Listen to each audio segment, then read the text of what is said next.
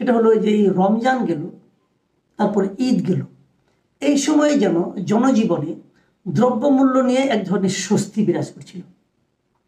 এটাকে সরকারের অনেকে তাদের একটা সাফল্য হিসাবে বিবেচনা করছে, এবং এটার উপর ভর করে অনেকে এমন কথাও বলছে যে এই সরকারে, ডক্টর ইউনূস সরকারের 5 বছর পর্যন্ত থাকা উচিত। কেউ কেউ আবার আরেক দফায় এগিয়ে বলছেন যে প্রয়োজনে ডক্টর ইউনূস আজীবন থাকুন। এ ধরনের কথা বলা বলি হচ্ছে। তো আপনার কি মনে হয় এই যে সাফল্যটা আমরা দেখতে পেয়েছিলাম রমজানে, এটা কি খুবই সাময়িক একটা সাফল্য ছিল? কারণ আপনি জানেন নিশ্চয়ই, সবাই এটা নিয়ে আলোচনাও করছে অলরেডি, যে যুক্তরাষ্ট্র এরই মধ্যে আমাদের বাংলাদেশি বিভিন্ন পণ্যের উপর, যেগুলো আমরা এখানে রপ্তানি করি, তার উপর অতিরিক্ত 37% ট্যাক্স কিন্তু আরোপ করেছে। তো এই যে আরোপটা হলো, আমি আপনাকে একবারই প্রশ্ন করছি, আপনি একবারই আমাকে জবাবটা দেন। এই যে আরোপটা করলো, এখন এর নেতিবাচক প্রভাবটা কি পড়তে পারে আমাদের সোসাইটিতে, আমাদের জনজীবনে? দ্বিতীয়ত, এটাকে কি থামানোর কোনো উপায় ছিল কিনা আগে? আমরা দেখেছি পরে জরুরিভাবে গতকালকে একটা মিটিং করেছে সরকার, কিন্তু এটাকে আগেই কোনো ব্যবস্থা নেওয়া যেত কিনা, অথবা কোনো উপায় ছিল কিনা? আমি একটা ছোট্ট ব্যাকগ্রাউন্ড দিয়ে আমি বিষয়টিতে আসার চেষ্টা করব। মার্কিন যুক্তরাষ্ট্র উত্তর আমেরিকার একটি বিশাল দেশ। তাদের অফুরন্ত সম্পদ, সৃষ্টিকর্তা এমন কোনো সম্পদ নেই যে তাদেরকে দেয়নি। তারা নিজেদেরকে সুগঠিত করেছে, তারা নিজেদেরকে সুন্দরভাবে অর্গানাইজ করেছে। তারপরও মার্কিন যুক্তরাষ্ট্রের গত 100 বছরে যে ইতিহাস আমরা দেখি, সেটাতে দেখি যে তাদের ভিতরে একটা অস্থিরতা কাজ করে। সেই অস্থিরতাটা হচ্ছে আধিপত্যবাদ, কর্তৃত্ববাদ, প্রভুত্ববাদ বিস্তারের একটা আগ্রহের কারণে। গত 100 বছরে তারা অনেকগুলো যুদ্ধ করেছে, অনেক যুদ্ধ করেছে। তাদের যুদ্ধের ইতিহাস দেখলে মনে হয় যে যুক্তরাষ্ট্রের নামের এই রাষ্ট্রটি যুদ্ধ ছাড়া যেন ভালো থাকতে পারে না। এটা একটা যুদ্ধবাদ রাষ্ট্র অনেকে বলে থাকেন, আমিও বলি যে যুদ্ধবাদ একটি রাষ্ট্র। তারা সবসময় যুদ্ধের মধ্যে নিজেদেরকে সম্পৃক্ত করতে ভালোবাসেন। এজন্যে যে তাদের যে সমাজটা, তাদের যে রাষ্ট্রীয় কাঠামোটা, তাদের যে রাষ্ট্রীয় মেকানিজমটা, এটা যুদ্ধ নির্ভর। যুদ্ধ না হলে আমেরিকার প্রোডাক্টিভিটি বাড়ে না, যুদ্ধ না হলে আমেরিকার এমপ্লয়মেন্ট বাড়ে না, যুদ্ধ না হলে আমেরিকার মানি মার্কেটে টাকা থাকে না, যুদ্ধ না হলে আমেরিকার রপ্তানি বাড়ে না। এগুলো সবই সত্য কথা। আমেরিকাতে 20,000 কর্পোরেশন রয়েছে, যেগুলি ট্রিলিয়ন এবং বিলিয়ন ডলার কর্পোরেশন। এদের মধ্যে অনেকগুলো কর্পোরেশন আছে, কোম্পানি আছে, কয়েক হাজার কোম্পানি আছে 20,000-এর মধ্যে, যারা শুধু সমরাস্ত্র তৈরি করে। এখন যুদ্ধ না হলে তো সমরাস্ত্র তৈরি করা যায় না। সুতরাং তারা বিভিন্ন দেশে যুদ্ধের জন্য তারা একটা প্রোগ্রাম তৈরি করে ফেলে, এবং তাদের প্রোগ্রাম ইমপ্লিমেন্ট করার জন্য তারা তাদের নির্দিষ্ট ব্যক্তিদেরকে বেছে নেয়, যাতে তারা যুক্তরাষ্ট্রের লিডারশিপ দিতে পারে। আপনি দেখবেন যে আমেরিকার এই সমস্ত কর্পোরেশন নির্বাচনের আগে সেনেটর, প্রবাবল সেনেটর এবং প্রবাবল কংগ্রেসম্যান বা ওমেনদেরকে সিলেক্ট করে, এবং তাদেরকে ফাইন্যান্সিয়ালি তাদেরকে সাপোর্ট করে, যেন তারা নির্বাচনে প্রতিদ্বন্দ্বিতা করে এবং জিতে আসতে পারে। এটা তাদের একটা ভেস্টেড ইন্টারেস্ট। এখন আসি আমরা ট্রাম্পের প্রসঙ্গে আসি। যুক্তরাষ্ট্রের প্রেসিডেন্টের যে সমস্ত প্রেসিডেন্ট মনোনীত হয়, সবগুলো প্রেসিডেন্টের পিছনেই কিন্তু এই সমস্ত বিলিয়ন ট্রিলিয়ন ডলারের কোম্পানিগুলোর সমর্থন থাকে। তারাই নির্বাচিত করে দেয় যে যুক্তরাষ্ট্রের প্রেসিডেন্ট কারা হবে। Confession of an economic hitman বলে একটা বই আছে, একজন সিনেটরের লেখা। উনি সেখানে লিখেছেন যে যুক্তরাষ্ট্রের প্রেসিডেন্ট, প্রত্যেকটি প্রেসিডেন্টই এই ধরনের কর্পোরেশনগুলো নির্বাচিত করে থাকে। এখন যুক্তরাষ্ট্রের যে কারেন্ট প্রেসিডেন্ট আছে ডোনাল্ড ট্রাম্প, উনিও সম্ভবত এই ধরনের একজন নির্বাচিত প্রেসিডেন্ট। তাকে প্রমোট করা হয়েছে, এবং ওনার আমেরিকান প্রেসিডেন্টের দুইটা থাকে আপনার এজেন্ডা। একটা হলো ইন্টারন্যাশনাল স্ট্র্যাটেজিক, একটা হলো ডোমেস্টিক। ইন্টারন্যাশনাল স্ট্র্যাটেজি যেগুলি, সেগুলো এই কর্পোরেশনগুলো ঠিক করে দেয় কোথায় যুদ্ধ করতে হবে, কোথায় যুদ্ধ বাধাতে হবে। এবং ডোমেস্টিক যে ইস্যুগুলো আছে, সেগুলো ক্যান্ডিডেটদের হাতেই ছেড়ে দেওয়া হয়। যেমন তাদের হাতে যে সমস্ত ইস্যুগুলো ছেড়ে দেওয়া হয়, সেগুলো হচ্ছে আপনার social security, health, immigration, education. এই সমস্ত ইস্যুগুলো আপনার প্রেসিডেন্টে যারা প্রতিদ্বন্দ্বিতা করবে প্রেসিডেন্ট পদে তাদের হাতে ছেড়ে দেওয়া হয়। ডোনাল্ড ট্রাম্প নির্বাচনের অন্তত 2 বছর আগে থেকেই কিন্তু উনি প্রস্তুতি নিয়েছিলেন এবং ওনার 2টা ইস্যু ছিল মেইন ইস্যু। একটি ইস্যু ছিল উনি ইমিগ্রান্ট যারা আছে ইললিগাল তাদেরকে যুক্তরাষ্ট্র থেকে বিতাড়িত করবেন। এটা ছিল ওনার একটা কমিটমেন্ট এবং এই কমিটমেন্টটা যুক্তরাষ্ট্রের জনগণ এটা লুফে নিয়েছিল, তারা এটাকে ওয়েলকাম জানিয়েছিল যে তাদের জনজীবনে ইমিগ্রেন্টসরা অশান্তির সৃষ্টি করছিল। আরেকটি হলো উনি বলেছিলেন যে আমেরিকাকে বিশ্বের বিভিন্ন দেশ আউটস্মার্ট করছে শুল্কের প্রশ্নে, উনি আর আমেরিকাকে আউটস্মার্ট করতে দেবেন না, তিনি শুল্কের বিষয়ে উনি সমতা নিয়ে আসবেন। এটা কিন্তু উনি বারবার বলেছেন। এখন পৃথিবীর অনেকগুলো দেশ আছে যারা আমেরিকান নির্বাচনটাকে নিবিড়ভাবে পর্যবেক্ষণ করে। সেই দেশগুলোর অন্যতম হচ্ছে রাশিয়া, আরেকটি দেশ হচ্ছে চীন, অপর দেশ হচ্ছে ভারত, ব্রাজিল, দক্ষিণ আফ্রিকা, ইউরোপিয়ান ইউনিয়ন। এই সমস্ত দেশগুলো আমেরিকান নির্বাচনগুলোকে নিবিড়ভাবে পর্যবেক্ষণ করে, কে কি বলছে, কে কি কমিট করছে, এগুলো তারা বলে।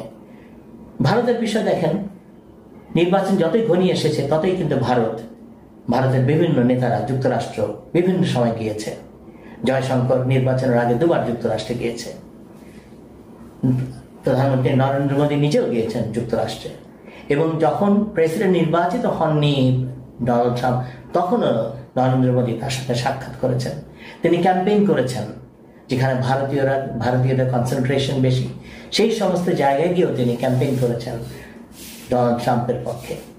উনি জানতেন এবং ভারতীয়রা জানতো, ভারতের পলিসি মেকাররা জানতো যে ডোনাল্ড ট্রাম্প প্রেসিডেন্ট নির্বাচিত হবেন এবং ডোনাল্ড ট্রাম্পের সাথে যে মৌলিক কতগুলো বিষয় আছে, কৌশলগত বিষয় আছে, সেগুলি ভারতের সাথে সেগুলোর জন্য অ্যাডজাস্টমেন্ট করতে হবে। সেই উদ্দেশ্যেই তারা ডোনাল্ড ট্রাম্পের সাথে আগে থেকেই একটি সম্পর্ক তৈরি করে নিয়েছিলেন। এবং ডোনাল্ড ট্রাম্প যখন এই শুল্ক নীতি ঘোষণা করেন তার আগেই কিন্তু মোদী আবারও যুক্তরাষ্ট্রে গিয়েছিলেন এবং he is the first head of state or head of government যিনি যুক্তরাষ্ট্রে গিয়েছিলেন এবং ডোনাল্ড ট্রাম্পের সাথে 1-to-1 বৈঠকে মিলিত হয়েছিলেন এবং উনি শুল্কের ব্যাপারেও দিন দরবার করেছিলেন, বাংলাদেশ প্রশ্নেও আলোচনা করেছিলেন। জয়শঙ্কর 2 বার গিয়েছিলেন যুক্তরাষ্ট্রে, ভারতের বাণিজ্য মন্ত্রী যুক্তরাষ্ট্রে গিয়েছিলেন, অর্থমন্ত্রীও গিয়েছিলেন, প্রতিরক্ষা মন্ত্রীও গিয়েছিলেন। তাহলে আপনি বুঝতে পারেন যে ভারত ট্রাম্পের উপরে কতটা নির্ভরশীল হয়ে পড়েছিল শুল্কের প্রশ্নে, কৌশলগত প্রশ্নে, এবং তাতে তার লাভও হয়েছে। বাংলাদেশের জন্য এই যে শুল্ক আরোপ হয়েছে 37%, আমাদের জন্য এটা বিনা মেঘে বজ্রপাতের মতো হয়েছে। আমরা সম্ভবত এটা প্রত্যাশাই করি নাই। সরকার প্রত্যাশা করেছে কিনা আমার জানা নেই, মনে হয় না। তাদের কথাবার্তা শুনে মনে হয় তারা এই ধরনের একটি imposition of tax from the United states government এটা তারা আশা করেনি। ভারত কিন্তু আগে থেকেই জানতো এবং তারা দিন দরবার করে ঔষধ রপ্তানির উপরে তারা শুল্ক মওকুফ করেছে। আপনি বিভিন্ন পত্রিকায় এটা দেখবেন, এটা করতে তারা সমর্থ হয়েছে। চীনের শুল্ক 40% না 50%, ভারতের শুল্ক ধার্য করা হয়েছে 26%। বাংলাদেশের শুল্ক দেওয়া হয়েছে, আরোপিত হয়েছে 37%, which is very high. যুক্তরাষ্ট্রের মার্কেটে বাংলাদেশের যে জিনিসটি সব থেকে বেশি প্রবেশ করে রপ্তানি, সেটা হচ্ছে আমাদের তৈরি পোশাক। আমাদের তৈরি পোশাকের একটা বিরাট অংশ যুক্তরাষ্ট্রে যায়। টোটাল বছরে আমরা $9 বিলিয়ন তৈরি পোশাক যুক্তরাষ্ট্রে রপ্তানি করে থাকি। আমাদের টোটাল এক্সপোর্টের 20% আপনার যুক্তরাষ্ট্রে যায়। এখন যদি আমরা ছিলাম 3rd largest exporter to United States, প্রথম ছিল চীন, দ্বিতীয় ছিল সম্ভবত ভিয়েতনাম, তৃতীয় বাংলাদেশ, চতুর্থ আরেকটি দেশ, পঞ্চম ছিল ভারত। এখন এই ট্যাক্স আরোপের ফলে ভারত আমাদেরকে ডিঙিয়ে যাবে। ভারতের পার্সুয়েশন আছে, তাদের ভালো মার্কেট পলিসি আছে, তারা যুক্তরাষ্ট্রের বাজার তাদের হাতে নিয়ে নেওয়া তাদের জন্য খুব একটা বেশি ডিফিকাল্ট হবে বলে মনে করি না, কিন্তু আমাদের হবে। 15.5% থেকে আমাদের শুল্ক বাড়িয়ে নেওয়া হয়েছে 37%। এটাও কিন্তু সার্টিন না, ক্লিয়ার না, এখনো ক্লিয়ারিটি আসে নাই। অনেকে বলছেন 15.5%-এর সঙ্গে 37% মিলে এটা হবে 52%। আর যদি 52% শুল্ক হয়, বাংলাদেশের গার্মেন্ট শিল্পে বিশাল একটা ধস নামবে। বাংলাদেশে গার্মেন্ট শিল্পে আমাদের 40 লক্ষ লোক কাজ করে। 40 লক্ষ লোকের যদি 4 জন করে পোষ্য ধরেন এক একজনের, তাহলে প্রায় 2 কোটি মানুষ এই শিল্পের সাথে জড়িয়ে আছে, এই রপ্তানির সাথে জড়িয়ে আছে। এখন যদি এই শুল্ক নিয়ে বাংলাদেশকে যদি কম্পিট করতে হয়, বাংলাদেশের অনেক বড় বড় শিল্প প্রতিষ্ঠান বন্ধ হয়ে যাবে। গত 2 দিন আপনি পত্রিকা খুলে দেখতে পারবেন বিভিন্ন বড় বড় রপ্তানিমুখী এই সমস্ত পোশাক শিল্পের মালিকদের তাদের আর্তনাদ, তাদের ক্রন্দন, তারা আহাজারি করছে যে তারা টিকবে না। এতে যেটা হবে, অন্তত 5 থেকে 8 লক্ষ শ্রমিক চাকরিচ্যুত হবে, তারা কর্মহীন হয়ে পড়বে। ব্যাংকে খেলাপি ঋণের পরিমাণ বিশালভাবে বেড়ে যাবে, কারণ স্টক লট হবে। যারা এলসি খুলেছে যে সমস্ত আমেরিকান কোম্পানি, তারা প্রোডাক্ট নেবে না। এটা একটা ক্যাওটিক সিচুয়েশন হবে। এই সমস্ত ফ্যাক্ট যদি আপনি একত্র করেন, তাহলে দেখবেন যে বাংলাদেশ একটা ভয়ঙ্কর একটা ভবিষ্যতের দিকে ধাবিত হচ্ছে। তার মানে যে সাফল্যের কথা তারা বলছিল জনগণের মধ্যে, মানে আপনার অর্থনৈতিক যে একটা স্থিতিশীলতার কথা বলা হচ্ছিল, সেটা আপনার দৃষ্টিতে সামনের দিনগুলিতে খুব একটা সফল হবে না। আসলে এটা আমাদের দুর্ভাগ্য যে আমাদের দেশে যেই ক্ষমতায় আসে তারা মিথ্যাচার করে, সবসময় মিথ্যাচার করে। আগের রিজিমগুলোতে দেখেছে তারা মিথ্যাচার করেছে, সকাল থেকে মধ্যরাত, মধ্যরাত থেকে সকাল পর্যন্ত তারা মিথ্যাচার করেছে। তারা সত্যকে মিথ্যা বলেছে, মিথ্যাকে সত্য বলেছে। তারা সব কিছুকে তারা মিথ্যার আশ্রয়ে প্রতিষ্ঠিত করার চেষ্টা করেছে। এই সরকার এর থেকে ব্যতিক্রম কিছু না। আপনি দেখেন, আমাদের বাণিজ্য উপদেষ্টা কদিন আগে বলেছিল 100টি পণ্যের উপরে ভ্যাট আরোপ করেছিল। আপনি প্রোগ্রামটি করেছিলেন। উনি বলেছিলেন যে এই ইম্পোজিশন অফ ট্যাক্সের কারণে আপনার দ্রব্যমূল্য বাড়বে, কিন্তু মানুষের কষ্ট হবে না। কত নির্বোধ একটি মানুষ! দ্রব্যমূল্য বাড়লে মানুষের কষ্ট হয় না। আবার উনি আজকে বলেছেন, বা সম্ভবত কালকে সন্ধ্যায় বলেছেন, এই যে 37.50% এই যে শুল্ক আরোপ করা হয়েছে, বা 52% যদি হয়ে থাকে, এটাতে ভয় কিছু নাই, চিন্তার কিছু নাই। আমরা যুক্তরাষ্ট্রের সরকারের সাথে আলাপ করব, আলাপ করে এটা কমিয়ে আনার চেষ্টা করব। যুক্তরাষ্ট্রের ইতিহাসে নেই যে তারা কখনো তাদের পলিসি থেকে বিচ্যুত হয়েছে নাই। আসলে এই সরকার প্রত্যাশাই করে নাই যে বাংলাদেশের এই ধরনের একটি হার্শ একটি ইম্পোজিশন হতে পারে। তারা ভেবেছে ডক্টর ইউনূস আছেন, আমাদের কোনো চিন্তা নাই। যেরকম আগে আওয়ামী লীগের নেতারা ভেবেছেন যে শেখ হাসিনা আছে, করোনা বাংলাদেশকে গ্রাস করবে না, এ ধরনের একটা ফিলিং ছিল। এখনো তাই যে ডক্টর ইউনূস আছে, ডোনাল্ড ট্রাম্প উনি বাংলাদেশকে টাচ করার সাহসই পাবে না। কিন্তু ডোনাল্ড ট্রাম্প যে কি জিনিস সেটা সবাই জানে। এই যে ইম্পোজিশন অফ এই যে ইম্পোর্ট ডিউটি ইম্পোজ করলো, এতে যুক্তরাষ্ট্রের কোনো ক্ষতিও হবে না, কোনো লাভও হবে না। কিন্তু যেটা হবে সেটা হলো, ওই যে উনি বলেছেন আউটস্মার্ট করতে দেবেন না কাউকে, সেটাই তারা করেছে, আউটস্মার্ট করতে দেবেন না। কিন্তু কোশ্চেন হলো যে এটা যারা ভাবতো যে আমেরিকা থাকলে, ডক্টর ইউনূস থাকলে আমেরিকার সঙ্গে একটা ভালো সম্পর্ক হবে, তাহলে আপনি কি বলতে চাচ্ছেন যে যুক্তরাষ্ট্রের সঙ্গে ডক্টর ইউনূসের যেটা ভালো সম্পর্ক আছে বলে আগে থেকে সাধারণের মধ্যে একটা ধারণা ছিল, সেই ধারণাটা এখন আর কার্যকর থাকছে না? আমি এখানে ফ্র্যাঙ্কলি বলছি, যুক্তরাষ্ট্র 2 ভাবে পানিশমেন্ট দিয়ে থাকে। যে সমস্ত রাষ্ট্রকে, যে সমস্ত সরকারকে তারা পছন্দ করে না, 2 ভাবে তারা পানিশমেন্ট দেয়, পিনিটিভ মেজার নেয় 2 ভাবে। একটি হচ্ছে তারা ইনডাইরেক্ট অ্যাগ্রেশন করে অথবা ডাইরেক্ট অ্যাগ্রেশন করে, আরেকটা হচ্ছে অর্থনৈতিকভাবে তারা পানিশমেন্ট দেয়। আমি মনে করি ডোনাল্ড ট্রাম্পের প্রশাসন বাংলাদেশকে একটা পিউনিটিভ অ্যাকশন নিয়েছে বাংলাদেশের উপরে। এর অনেকগুলি কারণ আছে আমার ধারণায়। একটা হচ্ছে, প্রথম কারণটি হচ্ছে এটা অনির্বাচিত সরকার দেশ শাসন করছে, তাদের কোনো অ্যাকাউন্টেবিলিটি নাই। It is not acceptable to America. 2 নম্বর হচ্ছে, বাংলাদেশে একটি মৌলবাদের উত্থান পরিলক্ষিত হচ্ছে।